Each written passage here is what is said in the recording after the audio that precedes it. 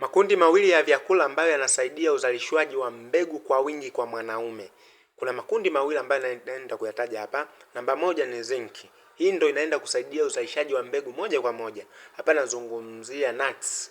Nyingi zinatumika hapa, kuanzia kwenye kalanga, korosho, kutumia hizi nazi, vile vile na hizi almond. Nzuri sana kutumia. Lakini vile vile kuna samaki, kuna mayai hasa ya kienyeji pamoja na nyama ya ng'ombe.